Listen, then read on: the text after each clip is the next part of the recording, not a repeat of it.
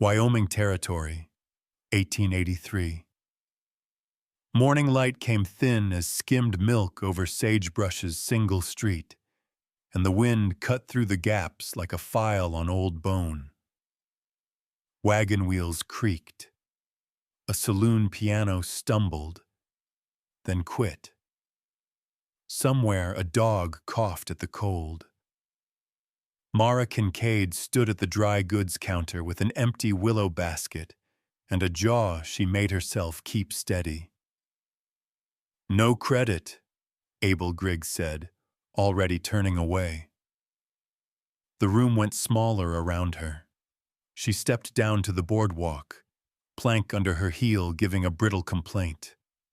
The winter sun threw a hard shine on the street, picking out nail heads and the scuffs in her boots. Voices lifted from the saloon, light, careless, like they'd never been cold or hungry. She kept her eyes on the street between her and the hitch rail, because looking anywhere else felt like bowing. At the edge of her sight, a man leaned against the livery post, hat brim down, coat clean but traveled, a stillness to him like something planted deep. "You got turned away for food," his voice carried, easy as breath, not prying, not pitying. Mara stopped. The basket pulled at her arm, though it held nothing. The ache behind her ribs flared once like a match. "I'll manage," she said. Small words, but shaped to fit her mouth. She'd made that sentence many times. He pushed off the post, came nearer. "Come with me," he said, simple as naming the hour. "I'll fill your table tonight." The word table rang through her like a bell in a white church, Sunday mornings before things went hard. She shook her head. "I don't take charity." His eyes were the soft part of a dark river under ice. "It's not charity," he said. "It's supper." The wind got under her shawl and found her shoulder blades, like it knew the road there. She looked at him. Properly, this time. Mid-30s, maybe. A face worked by weather but not by meanness. Hands nicked and sure. Not a gambler's hands. A crease at one corner of his mouth, like a smile had once lived there and moved away. "What's your name?" she asked. "Isaiah Cole," he said. He didn't reach for her basket. He didn't reach for anything. He stood still, so she could choose. A memory bent out of the past. Pantry shelves bare as bone. A man's boots at the threshold. The door closing with a sound that took months to stop ringing. She let it go because the wind had teeth, and because a boy named Theo would be watching the road for her shadow. "Mara," she said quietly. "Mara Kincaid." He tipped his hat, as if she'd brought something fine into the day by saying it. "You got a boy," he said, not a question. "8," she answered. "He's waiting." Isaiah turned his head toward the hitch rail. "All right," he said softly. "You can ride up front, or I can follow behind. Either way, I'll see you home." She had not been called home by any voice in 2 winters. The wind changed, the street made a sound like paper tearing, and sunlight slid across Griggs's store window, catching on a cracked pane that looked for an instant like it might hold. Mara set the basket high on her hip, the way she did when Theo was a baby, motion anchoring her. "It's a long way by the creek," she said. Roads layered with ice after the bend. I know that road, he replied. They crossed the street without hurrying, boots thumping a rhythm you could count a heartbeat to. A boy ran past with a stick and a tin hoop, chasing the only round thing in town that knew how to sing. A woman at the mercantile pressed a hand to the glass, maybe to warm it, maybe to watch. Under the livery eave, shade lay blue and deep. Isaiah's horse turned one ear, patient as a promise. I can pay you back, Mara said, standing close enough now to smell leather and clean, cold wool. Her voice wanted to be steady, almost made it. With chores, or with sewing, I don't owe where I can't pay. Isaiah nodded once, like they'd already shaken on it. I'm not keeping a ledger on you, he said. I'll bring what's needed, and we'll see to what's next when we get there. The wee sat between them, a small fire striking in a cold grate. She looked down at her hands. Not pretty hands, but they knew what to do with flour and beans and a pot and time.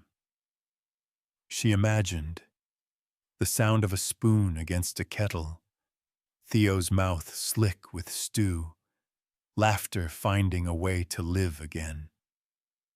Her throat went tight, and she let that be. All right, she said. The wagon was an old buckboard, seat rubbed smooth by miles, boards worn but scrubbed clean. Someone had taken a blade to a fray of rope and made it right. Isaiah climbed up like a man who'd done it 1,000 times. You coming? He asked, voice easy, not a push.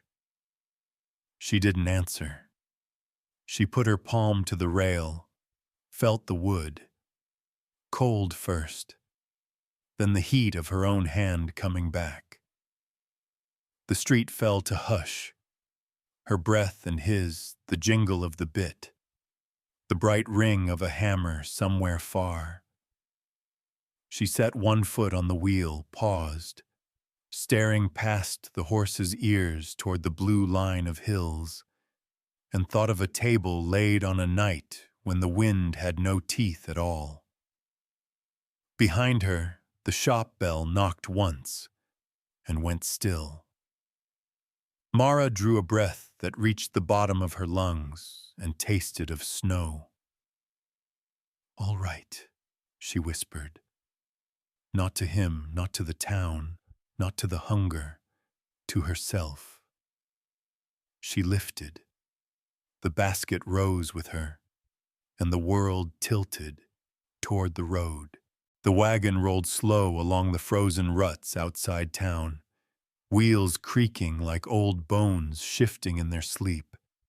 Sagebrush shrank behind them, one row of false fronts and thin smoke already swallowed by the pale miles of Wyoming winter.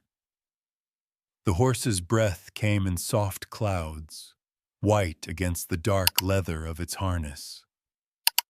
Beside Mara, Isaiah Cole kept one gloved hand light on the reins, the other resting easy on his knee. He didn't speak much, and she didn't ask him to. The sound of the runners and the wind did the talking well enough. The land opened around them, wide and bare. Willows by the creek leaned under frost, their branches silver as spun thread. Mara's shawl caught the draft, tugging at her throat, and she tucked it closer. Isaiah noticed. He shifted the reins to one hand, and without a word, lifted a wool blanket from behind the seat, laying it gently across her knees. It smelled faintly of smoke and cedar oil. She wanted to hand it back, but couldn't quite find the words. Creek roads rough this time, he said finally, voice low and even. You come this way often? Every week, when I've got something to trade. Long walk for not much, he said, mouth twitching like he knew it was none of his business. Theo's face came to her then. 8 years old, corners of his mouth chapped from the cold, the way he tried not to show hunger, like it was shame. She saw him waiting at the cabin door, scanning the road, the way he used to, thinking every rider might be his father coming back. Mara blinked hard, bringing the land into focus again. Isaiah's eyes caught hers once, quick and unreadable. You from here? He asked. No, she said softly. Kansas, before this. He nodded, like that fit something he already guessed.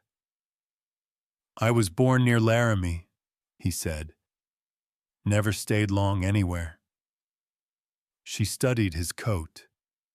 Careful patches at the elbows, stitching done by hand, neat and strong. A man who fixed things instead of throwing them away. When they reached the bend by the frozen creek, she pointed with her chin.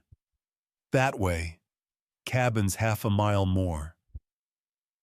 The horse slowed on its own, hooves crunching through the ice crust. The scent of wood smoke drifted faintly, and she felt her chest ease at the thought of home, even if home was just a leaning cabin and a hearth too small for the cold it fought. He glanced sideways at her. Boy's name's Theo, right? She hesitated, surprised he remembered. Yes. Good name, he said. Means gift, don't it? She turned to him. You read Greek, Mr. Cole? He smiled a little. No, ma'am. Just heard it once and it stuck. Some things do.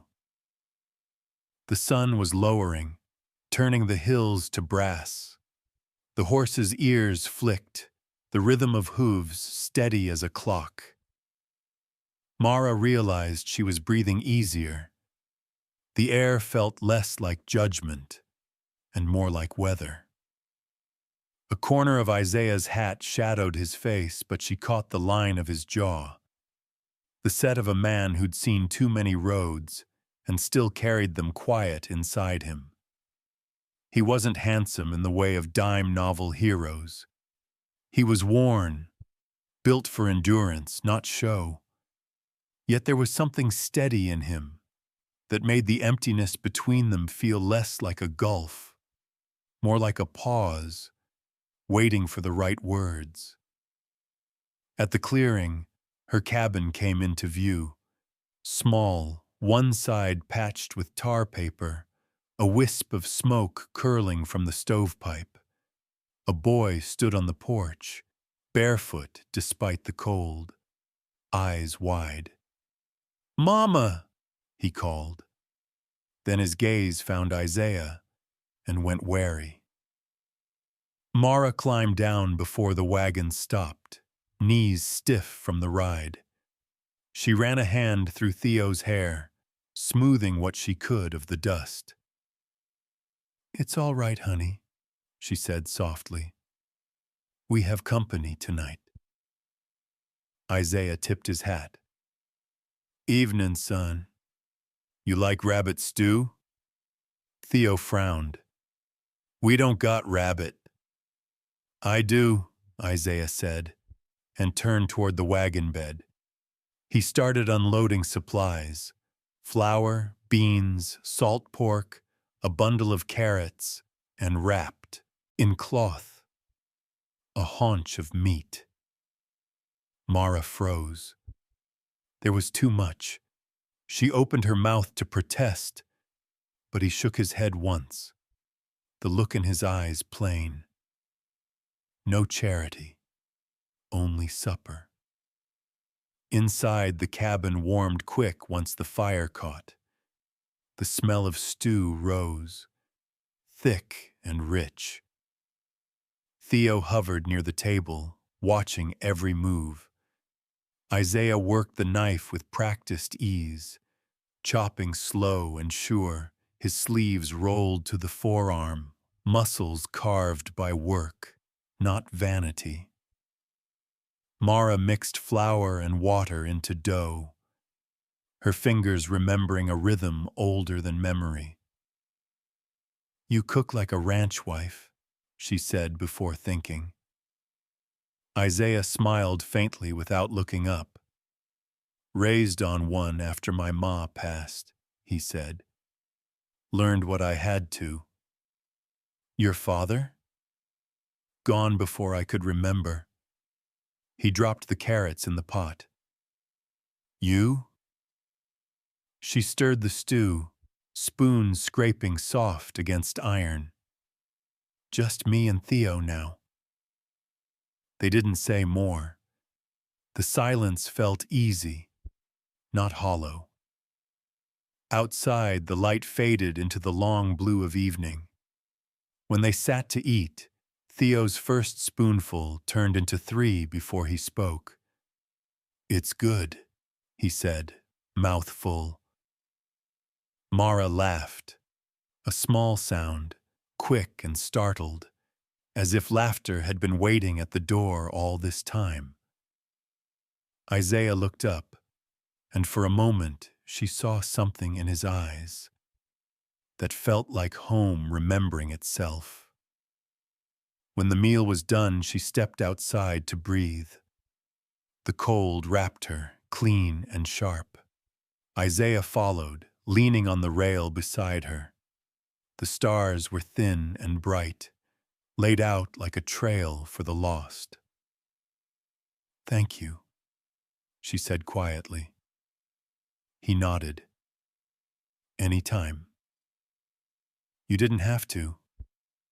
"I wanted to." She looked at him, voice low. "You're kind." He gave a small shrug. "I don't know about that." "You are," she said softly. "It's been a long time since someone showed us kindness." He met her gaze, steady. "Doesn't have to be the last time." Her heart stuttered at the words, not from fear, but from something that felt close to waking up. She looked away, toward the dark line of the creek. "You mean that?" "I do." The wind eased, soft through the willows.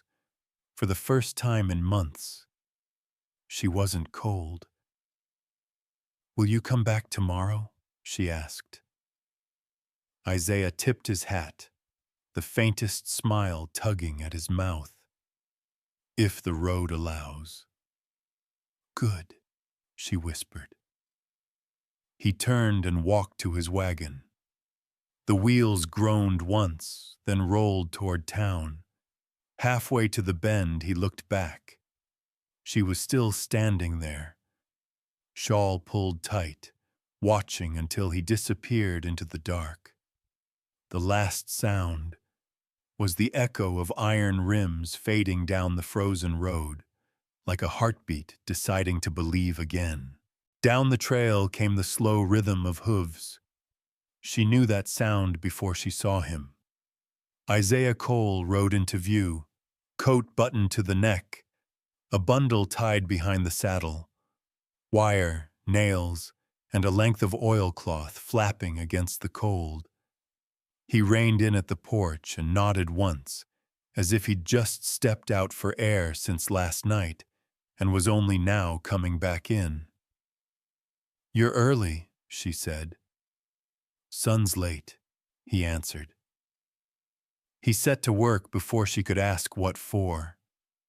The fence that marked the north side of her land had folded under the weight of a wandering deer, the posts leaning like tired men. Isaiah measured the damage with his eyes, then fetched the wire spool from the saddle. Theo ran out, barefoot, excitement sparking through the chill. "Can I help?" "You can," Isaiah said. "Grab that hammer." The boy trotted off and came back clutching the handle with both hands. Isaiah showed him how to loop the wire, twist it down, and pull till it sang. "Tighter," he said, guiding Theo's hands. "Listen for the tune. When it hums, it's right." Mara watched from the doorway, fingers wrapped around her cup. The air smelled of iron and frost, sharp and honest. She'd fixed fences before, patchwork repairs that never held long. But watching the two of them bent over the line, she felt something steadier being built than posts and rails. Isaiah worked in silence, sweat rising even in the cold. His motions were sure, economical, like he'd done this on 100 lonely fields. Theo looked up at him often, waiting for a nod, and each one he earned drew the boy a little taller. When the last nail was sunk, Isaiah straightened and wiped the back of his wrist across his brow. "That'll keep till spring." Mara stepped down from the porch. "You didn't have to do all that. Had the wire. Might as well use it." He walked to the wagon and pulled a wrapped pane of glass from under the oilcloth. "Found this leaning against the smithy. Traded a few hours' work for it. Thought it might fit your window." She blinked, caught off guard. "That's more than I can pay you for." "Keep it till the thaw. We'll fit it then." She heard the word before she could stop herself.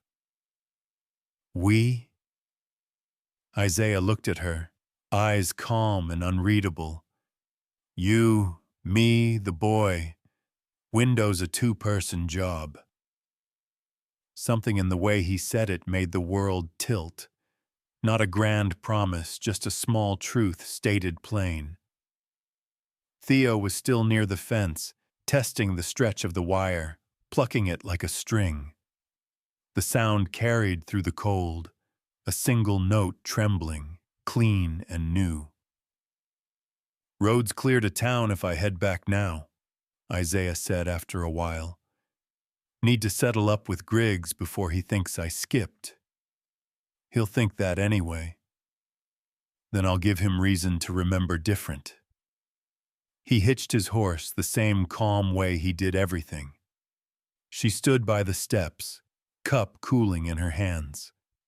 When he swung into the saddle, she reached out without thinking and brushed the dust from his coat collar.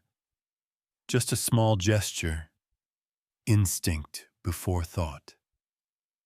He paused, not moving, only breathing. Then he nodded once, level moderate. "Appreciate it." The morning light slid across his face, pale and steady. For a heartbeat, she saw not the traveler or the stranger, but the quiet kind of man who might stay if given cause. "Careful on the ice," she said. "Always am." He turned the horse toward the creek road. The animal's hooves struck sparks on a patch of frozen stone, and the sound carried long after they'd gone out of sight. Mara stayed there, hand still lifted, the warmth of his coat lingering in her palm. Behind her, Theo spoke softly, almost to himself.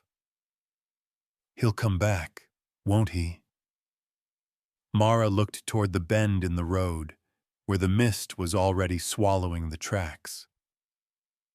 "We'll see, honey," she said. The wind shifted, catching the edge of the oilcloth Isaiah had left draped on the rail. It flapped once, sharp and sudden, before settling again, like a flag marking something claimed but not yet named. Mara stood watching it move, the word he'd used still echoing quietly in her chest. We. The sun climbed slow, weak but patient, and the fence line stretched straight across the field, humming faintly in the cold air, as if testing how long a promise could hold. Isaiah's visit lingered like the warmth of a coat after it's been taken off. Every mark of his work remained, the fence straight and sure, the roll of oilcloth leaning by the door, the pane of glass wrapped in burlap waiting for spring. Even his voice hung in the air, low, steady, promising nothing but making silence feel less cruel. She thought of the word he'd left behind, we. It had slipped out of his mouth with no weight at all, but now it carried too much. We'll fit it then. We, as if the fence, the window, the cold itself might one day belong to all three of them. Mara moved to the small shelf by the bed and pulled down a folded shirt. It was old, the collar frayed, a button missing. She pressed it to her face. The scent was long gone, only dust and memory left. Silas Kincaid, her husband, a man who'd once filled a room with easy laughter and left it with nothing but debt and wind. She told folks he'd died of fever. It was simpler that way, and perhaps kinder. But the truth was uglier. He'd run, taking the last of their savings, chasing a wagon train west that promised quick gold and easier women. When winter came and the food ran out, no letter followed. Just silence, the kind that made a person older overnight. Theo had stopped asking after him months ago, but sometimes, when the boy sat quiet by the fire, Mara could see that same flicker in his eyes, the wondering. Did he leave because of me? It was the same question she asked herself every night before sleep took her. She folded the shirt back, slower than necessary, and slid it behind the others. "You're working that knife dull," she said, forcing lightness into her voice. "I'm making a bird, so it don't fly off." "That's a fine reason." The knife scraped soft and steady. Mara turned to the window. Outside, the last of the day was bleeding out of the sky, red seeping into gray. She caught sight of the fence line Isaiah had mended, each post upright, each wire taut, strength built out of patience. She wondered if a heart could be fixed the same way.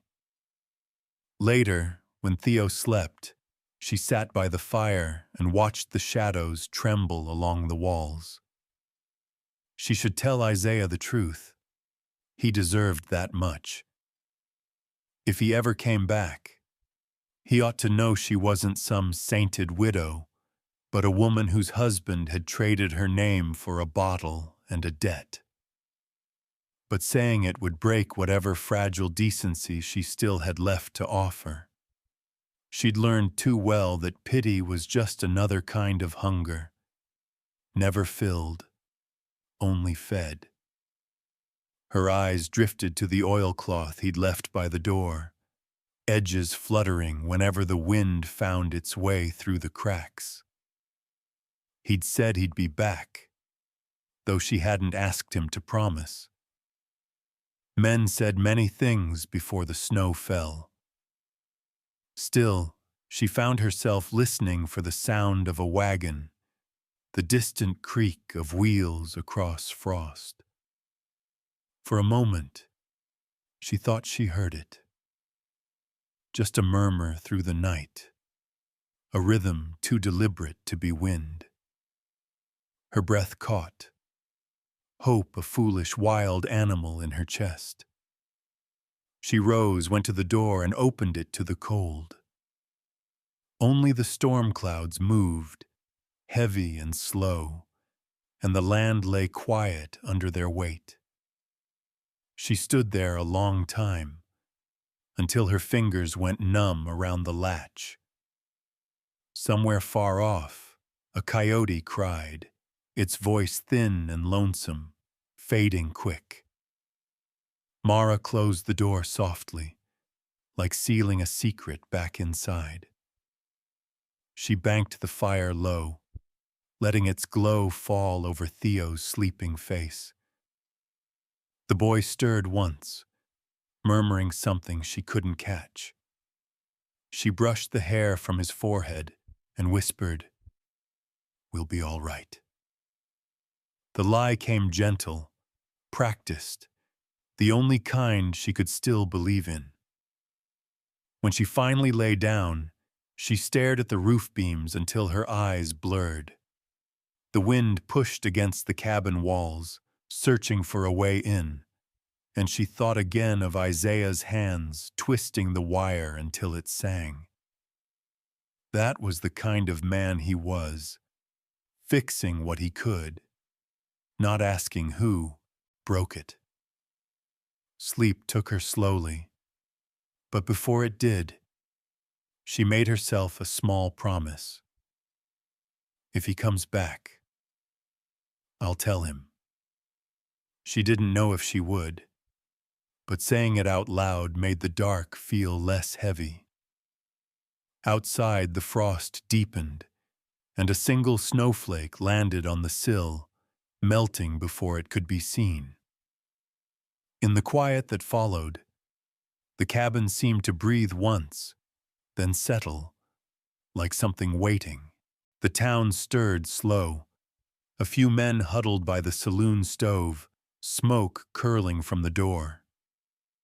At the livery, a boy swept snow from the steps with a branch broom, eyes following Isaiah but saying nothing. He'd grown used to those looks, a blend of curiosity and something colder. At Griggs's store, the same cracked sign rattled against the wind. Abel Griggs looked up when Isaiah entered, surprise flickering behind his spectacles. "You again," he said. "Didn't figure you for the returning sort." Isaiah dropped a small pouch on the counter. It jingled faintly. "Payment for the wire I took last week." Griggs hesitated, then poured the coins out, counting slower than needed. "Didn't think you had work, Mr. Cole." "I make it when I need it." Isaiah's tone stayed even. "You keep a fair ledger. That's all I ask." Griggs squinted, but the man's honesty left little room for insult. "Ledger's square," he said finally. As Isaiah stepped back into the street, he felt the shift in the air before the words reached him. Laughter from the saloon porch, hard, mean, not meant for joy. Foreman Rudd, hat tilted low, boots propped on the rail, called out, "Well, if it ain't the wandering ranch hand, heard tell you're feeding that Kincaid widow and her pup." Isaiah didn't slow. "Folks talk when they're bored." "Bored," Rudd chuckled, spitting into the dust. "Or just wondering why a woman like her lets a drifter darken her door." The men beside him laughed. Isaiah stopped at the hitch post. For a heartbeat, the street seemed to empty, the sound of wind and boots gone thin. He turned, met Rudd's eyes, and said quietly, "You watch your mouth about her." Rudd smirked. "Touchy, ain't we? You think you belong here, Cole? This town's got a long memory and a short fuse." Isaiah's gaze stayed level. "So does the truth." The door beside them opened with a jingle, and Sheriff Dale Pike stepped out, coat collar turned up. "Morning, gentlemen." he said, though his eyes landed on Isaiah. Heard your name floating round. Got papers on you? Isaiah didn't flinch. In my coat. Then let's take a look. Inside the small sheriff's office, the stove hummed with the scent of old pine pitch. Isaiah stood by the desk while Pike unfolded the creased document. A discharge paper yellowed at the edges, stamped with the seal of the 10th Cavalry. Buffalo soldiers.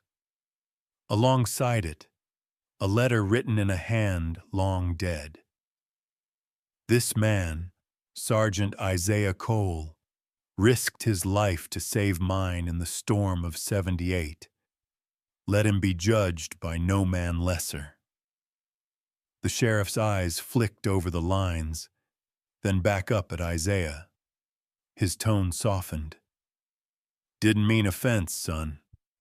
Just have to keep my house in order. Isaiah nodded once. Order's a good thing, if it's fair. Outside, the light had changed. Clouds moved fast from the west, carrying snow. As Isaiah walked toward his wagon, May Donovan, the blacksmith's widow, called from her doorway. You done with Rudd? She asked, her hammer still in hand. Wasn't my doing he started, Isaiah said. May smiled faintly. They start easy when they see a man standing taller than they can reach. She handed him a small paper bundle. Nails you asked for. No charge today. I'll pay tomorrow, Isaiah said. Tomorrow'll come either way, she replied, and went back to her forge. He rode out of town with the storm chasing him, the first flakes catching in his beard. His jaw ached from holding quiet, but there was a steadiness under it all, a calm that came from knowing what he stood for. Behind him, sagebrush was already vanishing into the blur of snow and smoke. When the creek road appeared ahead, he breathed easier. The sound of the horse's hooves was like a heartbeat finding its rhythm again. He pictured the small cabin by the water, the line of fence straight and proud, the boys' laughter echoing against the boards. He reached into his coat pocket, fingers brushing the folded discharge paper. It wasn't pride he felt. Not exactly. Just the weight of something earned that no man could take back. The paper was proof enough for those who needed it, though he'd never meant to show it again. He thought of Mara, of the way she'd looked last night under the lamplight, eyes soft with gratitude she couldn't say. There had been a question hiding in her silence, and he'd left it unanswered. Maybe tonight, he'd start to. Snow thickened. He hunched his shoulders, pulling the collar high, and urged the horse onward. The trail narrowed by the creek, and he could just make out the shape of her cabin through the falling white. Smoke rising faint and straight. He leaned forward, whispering to the horse, "Almost home." But even as he said it, a thought flickered sharp and quick. Home's a word you earn, not one you're given. The snow swallowed his voice and the world turned soft and white. Far ahead, the faint light of the cabin window glowed like a promise, small, steady, and waiting. That old discharge letter had slept in his coat pocket for years, folded and yellowed, carried more as a reminder than a defense. He hadn't meant to use it again, but today it had done what words couldn't. It had made the noise stop. The horse stumbled once on the icy slope. Isaiah murmured low, steadying the reins. Easy now. We're almost there. The smell of smoke reached him first, then the faint outline of the cabin. Small but lit from within, warm in a world of frost. Mara opened the door before he knocked. For a moment neither spoke. Snow clung to his coat, glittering in the firelight. He looked like a man carved out of winter, but his eyes were alive, steady as ever. "You found your way back," she said. "I did," he answered simply. "Roads rougher past the creek, but the horse didn't mind." She stepped aside. "Come in, if you're not in a rush." "Not in any particular one." The heat from the stove reached his skin like something remembered from another life. Theo looked up from the floor, where he was whittling again, and broke into a grin. "You came back." "I said I would," Isaiah replied. "You keep your word, I keep mine." The boy laughed, and something in the sound eased a knot inside Mara she hadn't realized was still there. She moved to pour hot water into a basin. "There's fence down out back. A deer broke through last week." "I can take a look," Isaiah said, already rolling up his sleeves. "Level, moderate." "You got spare wire?" "Some, under the lean-to." "Then I'll get started before the ground hardens more." From the window she watched him work. His movements clean and certain, no wasted effort, no frustration. Theo followed behind, carrying tools too big for his hands, but proud all the same. Every now and then Isaiah bent to show him something. A knot to tighten, a wire to test. Each small lesson left the boy standing a little straighter. When the fence was mended, Isaiah came in with a scrape on his forearm and dirt on his boots. He didn't mention it. "You're bleeding." He looked down as if surprised. "It'll heal." She handed him a cloth anyway. "Sit by the fire. I saved some biscuits."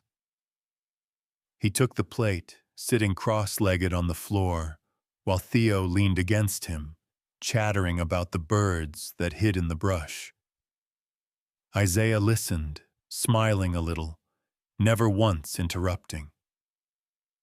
"You've got good land here," he said at last. "Water close by, trees for shelter. Wouldn't take much to make it better." "It was my husband's," Mara said quietly. "He built it with his own hands." Isaiah's head dipped. "He pass?" She nodded once. "2 winters ago. Fever took him fast." Silence followed. Soft, but not empty. Just respect for what had been. Isaiah poked at the fire. "I buried my mother near Laramie," he said after a while. "She liked the wind there. Said it kept her honest." Mara's gaze lifted. "Your father?" "Gone before I can remember." He smiled faintly. "After Ma, it was just me." She nodded, seeing in him the shape of her own solitude. "You've been alone a long time. Long enough to know it don't have to stay that way."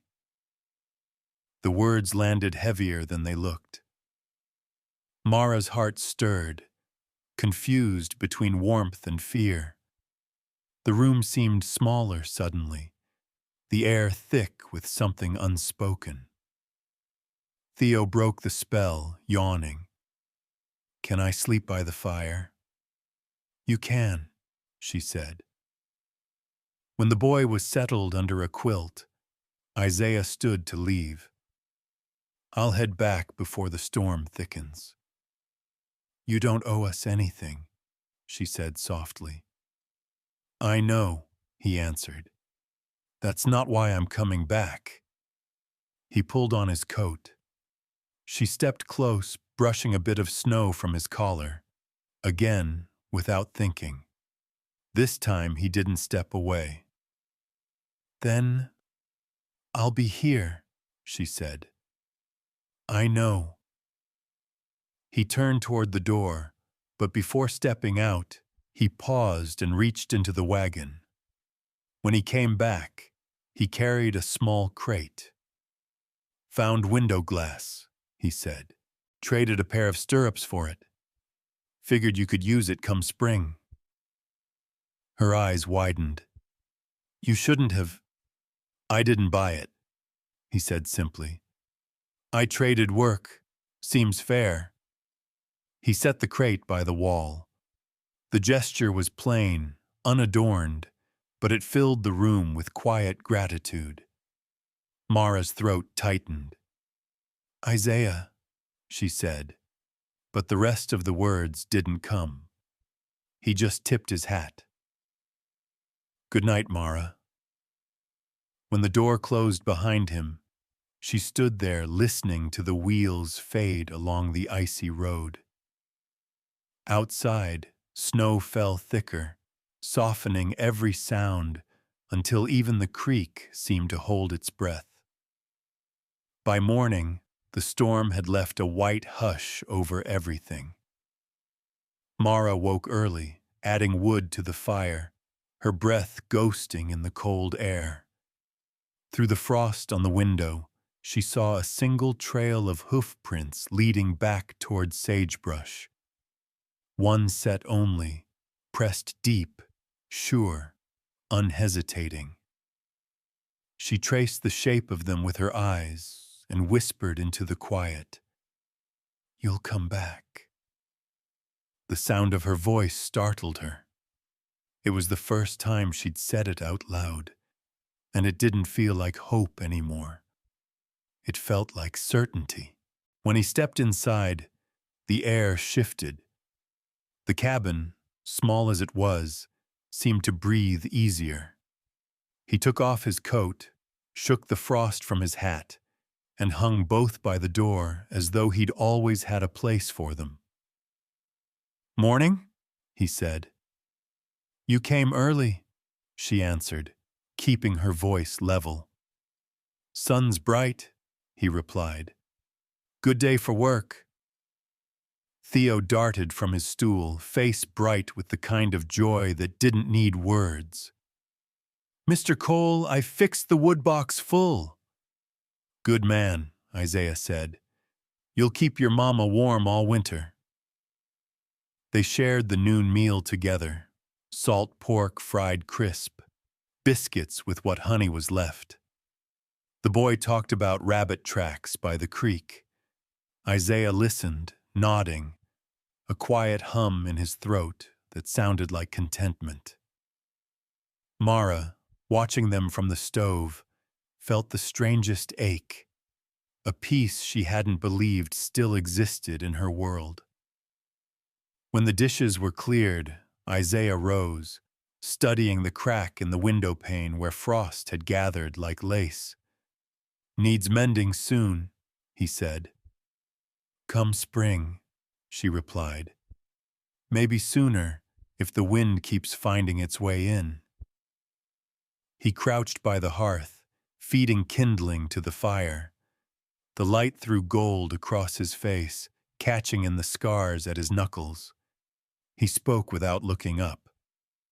"You ever think about staying here long? The land's good. Cabin could hold another hand."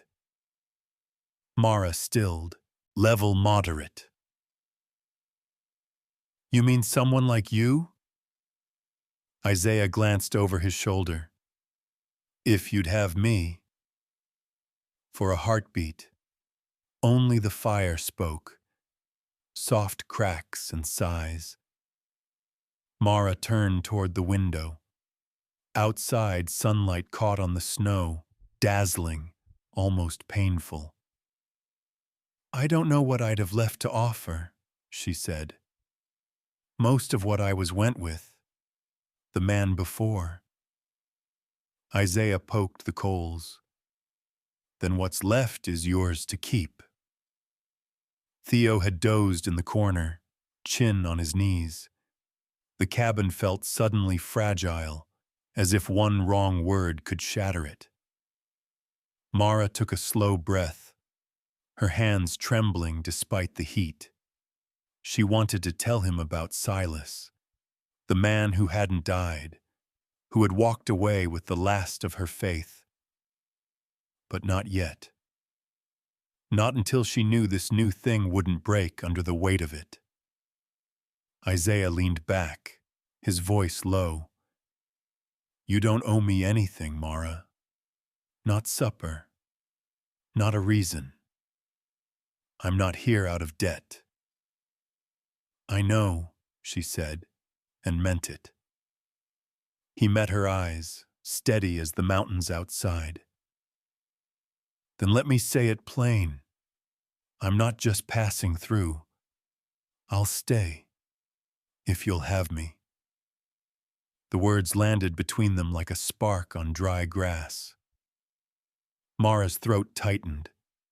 She didn't know if she could trust what she felt, but there was no rush in his voice, no demand, just quiet truth, the kind that endures. She reached for the kettle, if only to keep her hands from shaking. "Theo's a good boy," she said softly. "He's known more loss than he ought to. I can't promise he'll take to it easy." Isaiah smiled, faintly. "Then I'll let him teach me." The wind outside rose, rattling the roof shingles, and the fire flared bright. Mara looked at the man crouched before it, boots still dusted with snow, face lit by flame, and something in her heart gave way. "Stay for supper," she said. "It's better when the fire burns slow." He nodded once, quiet satisfaction in the gesture. "I'll stay." That night, after Theo was tucked beneath his quilt, they sat across from each other by the fire, a comfortable silence filling the room. Isaiah worked at an old harness he'd brought in from the lean-to, the knife gliding in patient arcs. Mara mended one of Theo's shirts, thread catching the light. Outside, the snow began to fall again, slow and soundless. When the last log settled, sending up a small flurry of sparks, Mara spoke, her voice barely above a whisper. "Isaiah, there's something I've needed to tell you." He looked up, eyes calm but attentive. "I'm listening." Her lips parted, but no words came. The moment stretched thin, delicate as the frost gathering on the window. Then the wind pushed against the door, making it groan, and the sound broke the spell. She swallowed hard, lowering her gaze. "Tomorrow," she said finally. "I'll tell you tomorrow." Isaiah nodded once, slow and understanding. "Tomorrow, then." He stood, placed another log on the fire, and straightened his coat. "Good night, Mara." She watched him cross the small room, watched the light catch in his hair as he paused at the door. When it closed behind him, she pressed a hand to her chest, feeling her heartbeat still wild and uncertain. Outside, snow swirled through the moonlight, like ashes from a fire that refused to die. Isaiah was at the door, fixing the latch that had started to pull loose from the wood. "That should hold," he said, wiping his hands. "Wind's not getting through this side again." "You patch things before they break," she said. "Not many do that. Learn the hard way. Wait too long, and the fix costs double." Theo shuffled out from the small back room, his hair sticking up like straw. "Morning, Mr. Cole." "Morning, son. You eat yet?" Theo nodded toward the pot on the stove. "Mama said we'd wait on you." Isaiah sat, his large hands resting on his knees, the quiet in him filling the room like warmth. Mara poured the porridge into 3 bowls. The spoon clinked lightly, and for once, even that sound felt right. Steady, domestic, as if the world outside could stay frozen forever and she wouldn't mind. After they'd eaten, Theo fetched a small scrap of paper from a drawer, creases running through it like old scars. "Mama's teaching me to read," he said proudly. "I can spell my name." Isaiah smiled. "Let's hear it." The boy drew out the letters one by one, slow but sure. T-H-E-O. "Well done," Isaiah said. "That's a strong name." Mara looked at the page, then at Isaiah. "You read much?" "Time 3 hums." He hesitated, something flickering across his face, something like shame. "Not proper," he said. "Never got schooling past what a stable boy picked up. Learned to count cattle, not letters." Her voice softened. "You want to learn?" He looked down at his hands. "Don't know if I could now." "You can," she said, certain.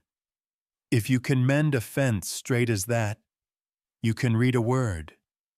Just takes patience." She turned the Bible around, sliding it toward him. "Try this one." Her finger rested on a word printed bold at the top of a page. Home. Isaiah stared at it a long while, lips shaping the sound before he found the courage to speak. H-O.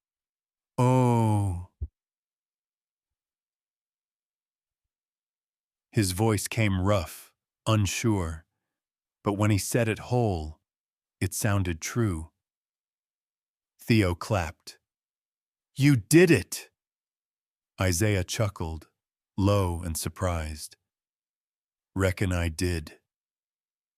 Mara smiled, but there was a tremor in it. The word had cut deeper than she'd expected. Home. For her, it was a place she had to protect. For him, it was something he had never been allowed. The lesson went on. They read other short words: bread, light, wood. Each time Isaiah traced the letters with one calloused finger, as though trying to memorize their weight.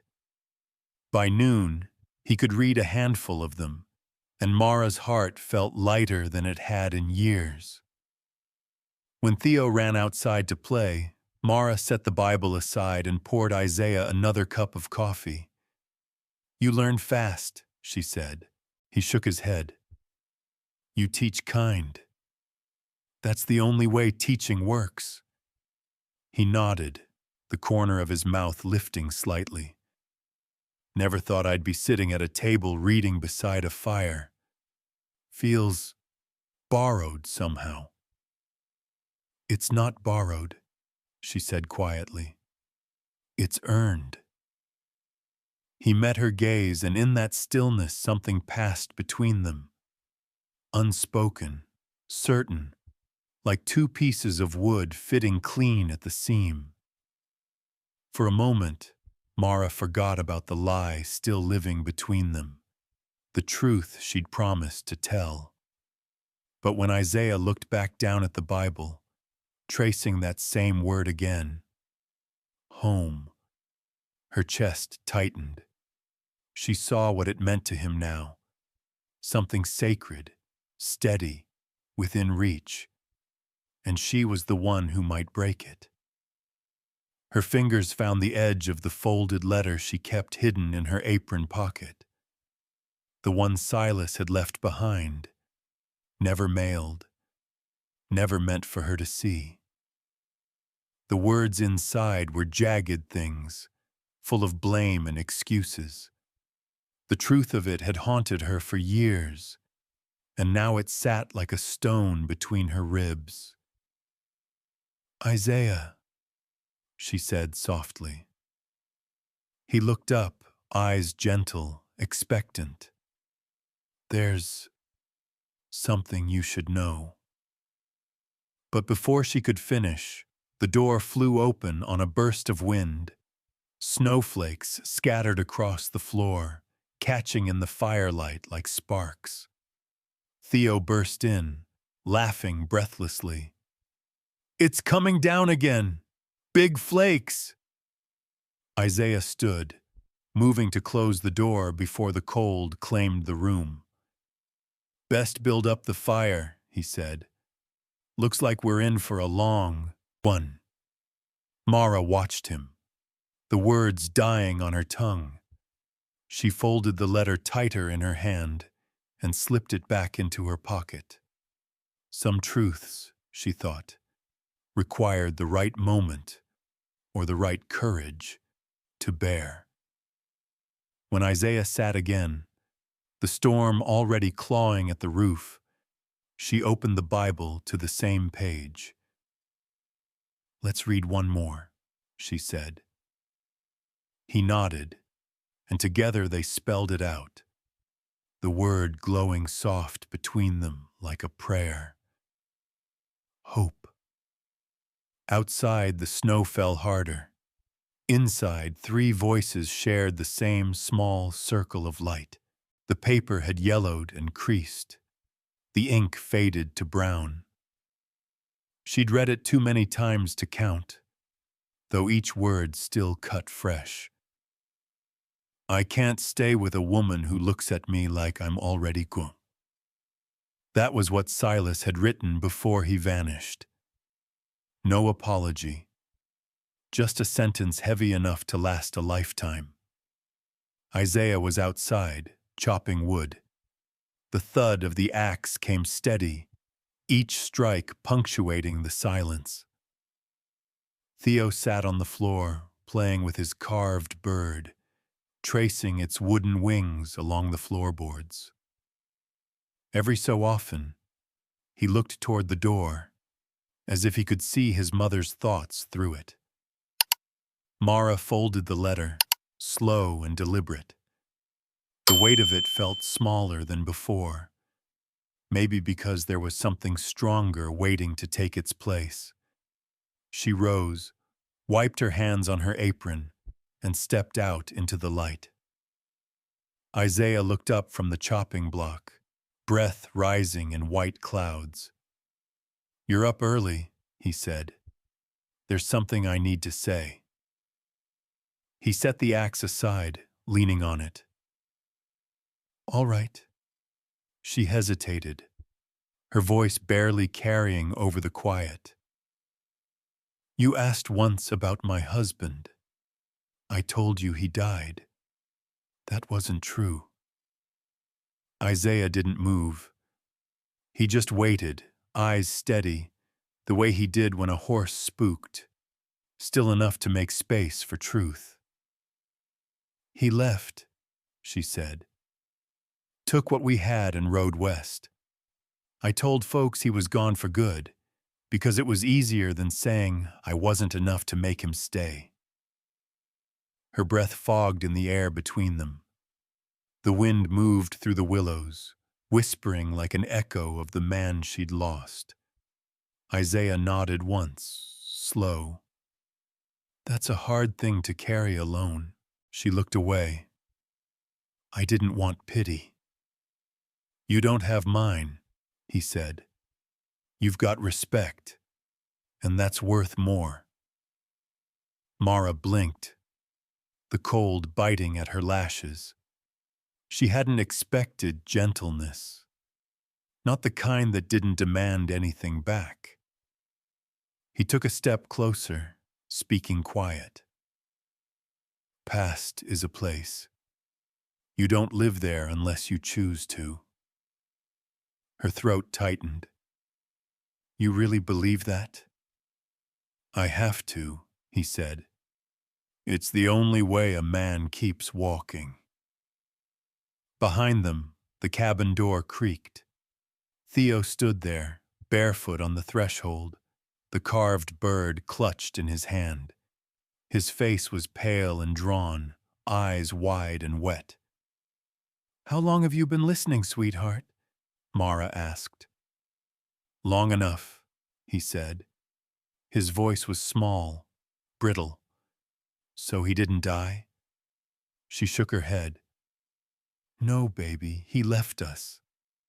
Theo's chin trembled. Is it because I was bad? Mara dropped to her knees in the snow, gathering him into her arms. No, never. It wasn't you. But he stiffened, pushing against her, confusion and shame twisting in his little body. Isaiah crouched nearby, his voice low and steady. Theo, he said, you listening to me? The boy glanced up, wary. Rate medium pitch first. Your mama's been fighting this storm by herself a long time. Sometimes folks break, and it's got nothing to do with who's left behind. Understand? Theo didn't answer. His eyes filled again, and he turned away, clutching the carved bird to his chest. That night, the cabin was too quiet. Mara moved through the motions, stirring stew, mending clothes. But the silence between them had changed shape. When Theo went to bed, he turned his face to the wall. Isaiah sat at the table, sharpening his knife with slow strokes. He'll come round, he said. Boys carry things until they don't need to. I know, Mara whispered. I just hate the waiting. He nodded. Waiting's part of healing. When she went to clear the table, she noticed something tucked beneath her cup. A small folded paper, clumsy and uneven. She unfolded it, her heart already trembling. In Theo's crooked handwriting were 5 words. I'll find work, help you. Her breath caught. She looked toward the small bed by the fire. Empty. The quilt lay rumpled, still warm. Theo? She called. No answer. The door stood open just a crack, the wind pushing it wider. A line of small footprints led into the silvered dark, headed toward the creek road. Mara's heart lurched. She grabbed her shawl and lantern. Isaiah! She cried. He's gone! Isaiah was already at the door, boots half-laced, snow swirling around him. I'll take the horse, he said. You follow the light. The two of them plunged into the cold, the wind biting and wild. The trail was faint, just the small marks of a child's courage cutting across the white. Mara's lantern bobbed ahead, its glow trembling against the dark like a single heartbeat. Somewhere out there, her son was walking toward the world that had already taken too much from her, and she wasn't about to let it take him too. Isaiah rode ahead, bent low over the horse's neck. The animal's flanks steamed in the cold, its hooves crunching through the drifts. Theo! He shouted. The sound swallowed almost at once. Only the wind answered, long and mournful. Mara stumbled after, skirts heavy with frost, each step slower than the last. Her legs ached, but she couldn't stop. The thought of Theo alone in this merciless cold tore at her chest worse than the wind. She lifted the lantern higher, scanning the ground. Please, she whispered into the dark. Please hold on. At a bend near the creek, Isaiah dismounted. Here, he called. The snow was disturbed, a patch of broken crust leading toward the trees. Smaller footprints wandered there, circling, uncertain. He crouched, brushing the powder away with his glove. He was heading north, he said, toward Whitlock's Ridge. Mara reached him, gasping. That's 3 miles in this cold. He won't make it. He will, Isaiah said, already moving. We will. They followed the trail under the trees, where the snow thinned and the world was full of shadows. Branches groaned overhead, shedding flakes that fell like ashes. Mara's breath came ragged, and every few steps she whispered her son's name, as if the sound alone could keep him alive. Then something. A dark shape at the base of a fallen pine. Isaiah dropped to his knees, scraping at the snow. Beneath it lay a small body curled tight, hands tucked under his coat. Theo's lips were blue, but his chest still rose in shallow breaths. Mara fell beside him, tears freezing on her cheeks.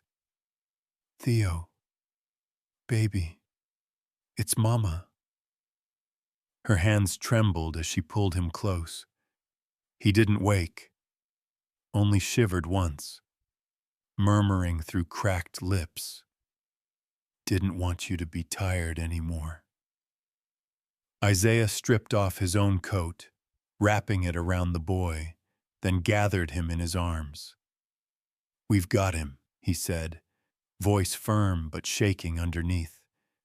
He's breathing. That's enough. They moved fast, Isaiah carrying Theo against his chest, Mara walking beside him, holding the lantern close to shield them from the wind. The firelight flickered across Isaiah's face, calm, resolute, the kind of calm a man learned in battle.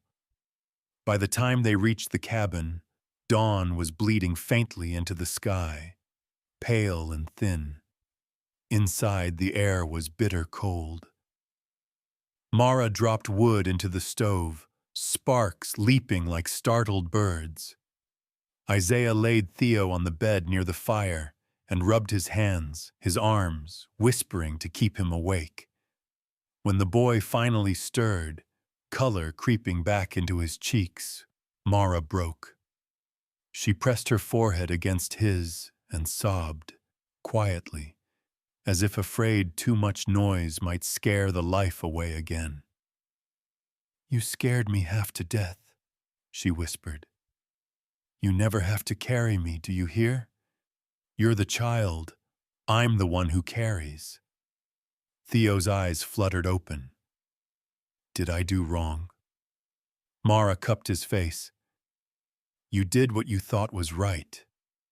But right things can still hurt, sweetheart. Isaiah crouched beside them, his voice low and sure. Listen here, Theo. Home isn't something you earn. It's something you share.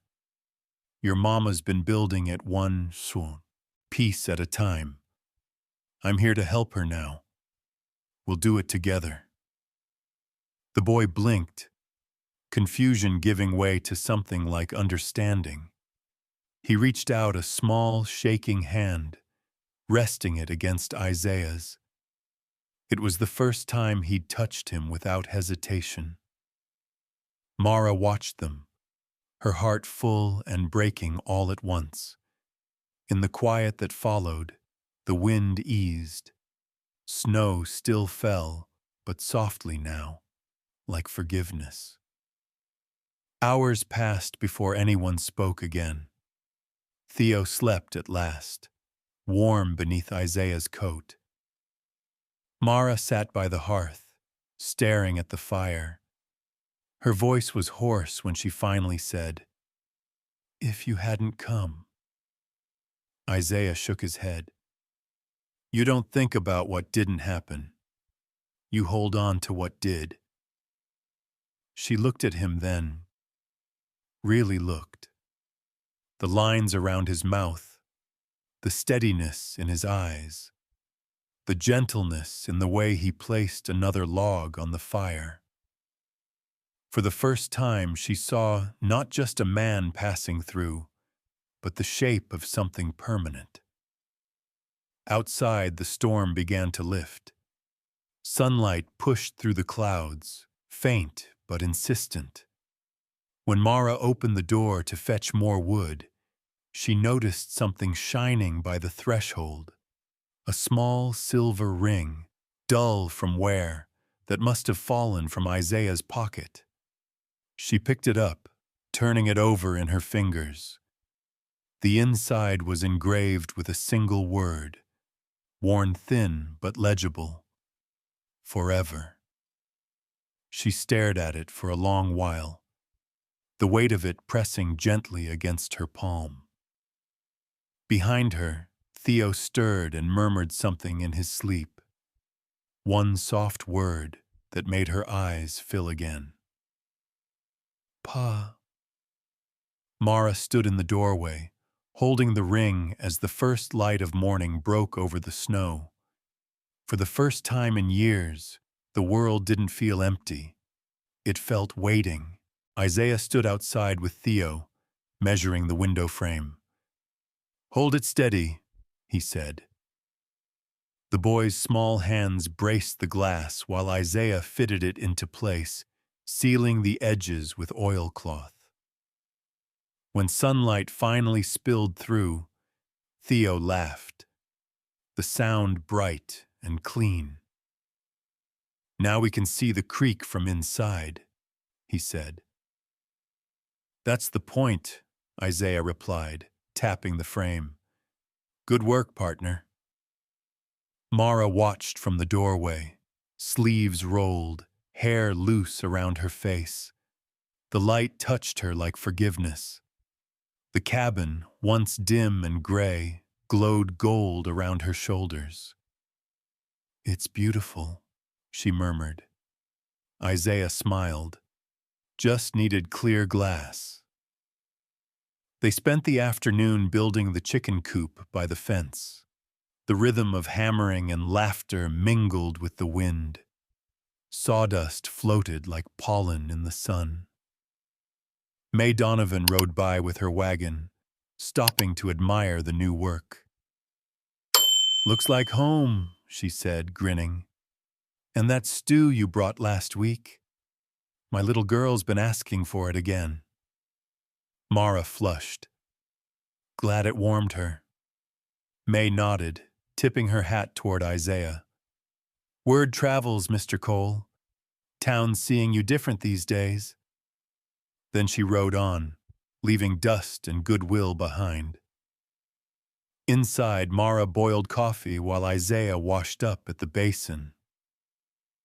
"You didn't have to do all this," she said. He shrugged. "Didn't have to, no, but I wanted to." She handed him a mug. "You always say that." He smiled. "It's the truth that fits easiest." As evening settled, Theo planted the seeds Isaiah had brought, a handful of corn kernels and beans saved from the ration store. "Plant 'em deep," Isaiah said. "They'll find the sun on their own."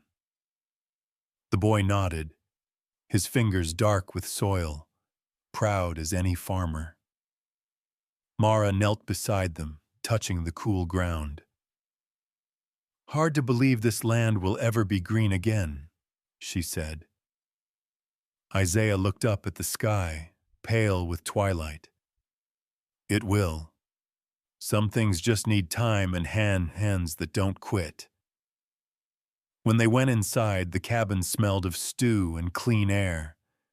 The new window caught the last light, turning it to amber. Theo yawned near the fire, the carved bird resting in his lap. Isaiah sat at the table with Mara, tracing letters in the condensation on the glass. Stay, he spelled, looking at her. The word lingered like smoke.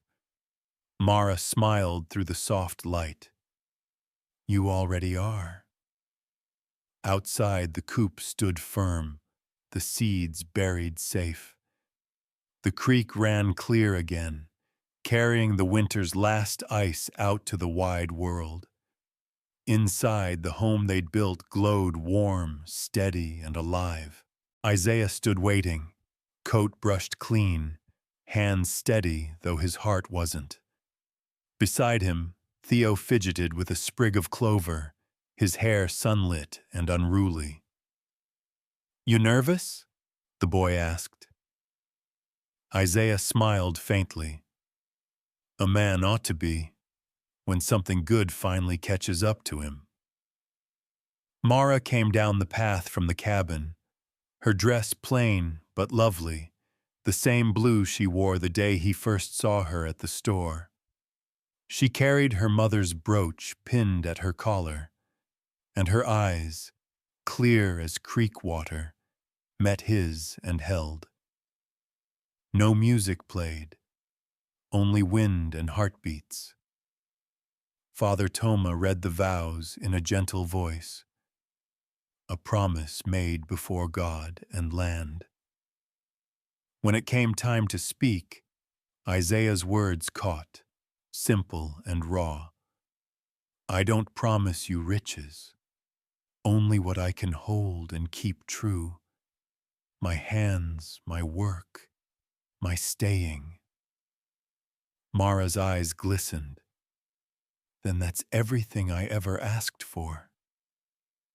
Theo stepped forward with a small silver ring, the one Isaiah had carried since the trail. He held it tight before placing it in Mara's hand. It says forever, the boy whispered, proud. They laughed softly through their tears. The ring slid on, sunlight flashing off the metal. When Father Toma blessed them, the wind rose just enough to scatter white cotton across the grass, like snow that didn't bite. Afterward, they danced barefoot in the meadow, Isaiah's boots abandoned near the stump, Theo clapping in time to a rhythm only joy could keep. The creek murmured nearby, the sky wide and kind. When the dancing slowed, Isaiah leaned close, his voice low. Tomorrow, we'll learn another word. Mara looked up, smiling. Which one? He brushed a stray hair from her cheek. Home, he said, but we'll spell it together. As dusk settled, they sat on the porch, hands entwined, watching the lantern flicker. The cabin windows glowed, reflecting 3 shadows against the gold light. The cottonwood swayed above them, whispering like an old lullaby. And for the first time in their lives, no one felt alone.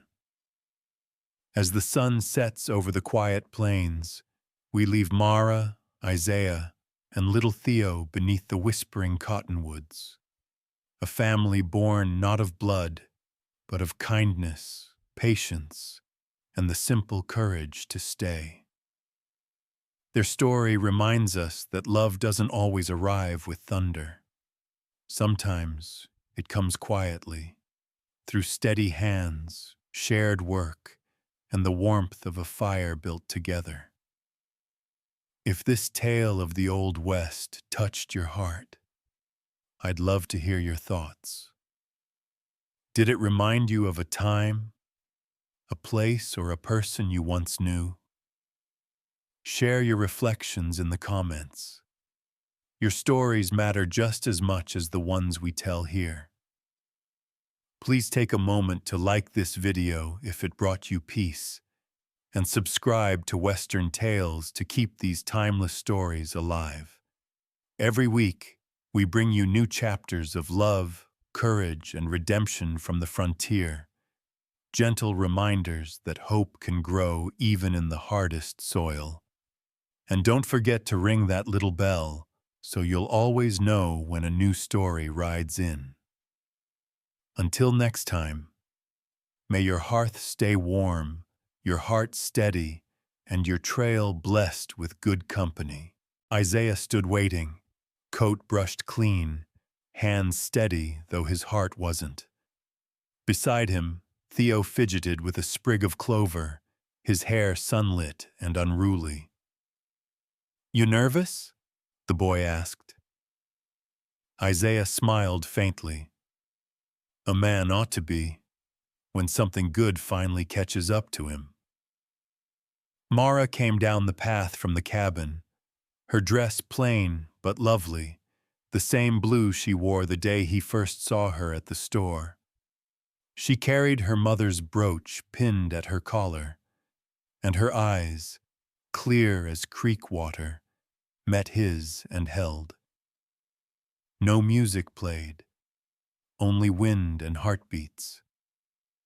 Father Toma read the vows in a gentle voice, a promise made before God and land.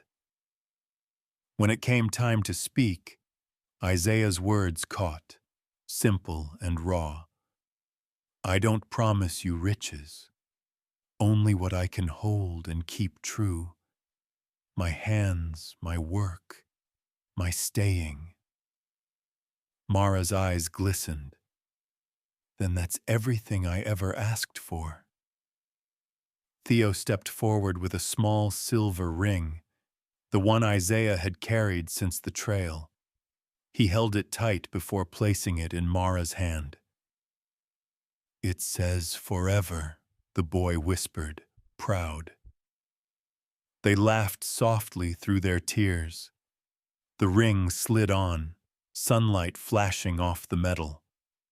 When Father Toma blessed them, the wind rose just enough to scatter white cotton across the grass, like snow that didn't bite.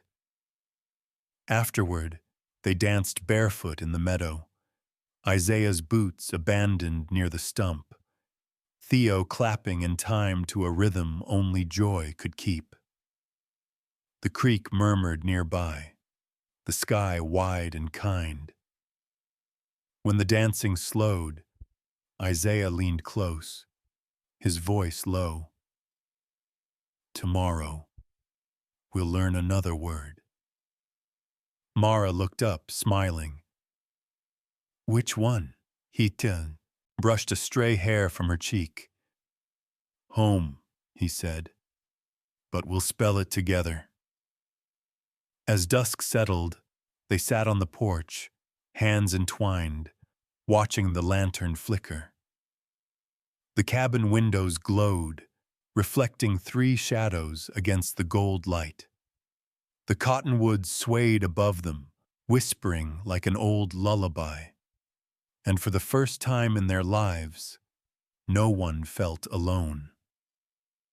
As the sun sets over the quiet plains, we leave Mara, Isaiah, and little Theo beneath the whispering cottonwoods.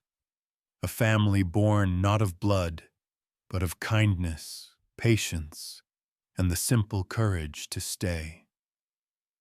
Their story reminds us that love doesn't always arrive with thunder. Sometimes it comes quietly, through steady hands, shared work, and the warmth of a fire built together. If this tale of the Old West touched your heart, I'd love to hear your thoughts. Did it remind you of a time, a place, or a person you once knew? Share your reflections in the comments. Your stories matter just as much as the ones we tell here. Please take a moment to like this video if it brought you peace, and subscribe to Western Tales to keep these timeless stories alive. Every week, we bring you new chapters of love, courage, and redemption from the frontier, gentle reminders that hope can grow even in the hardest soil. And don't forget to ring that little bell so you'll always know when a new story rides in. Until next time, may your hearth stay warm, your heart steady, and your trail blessed with good company.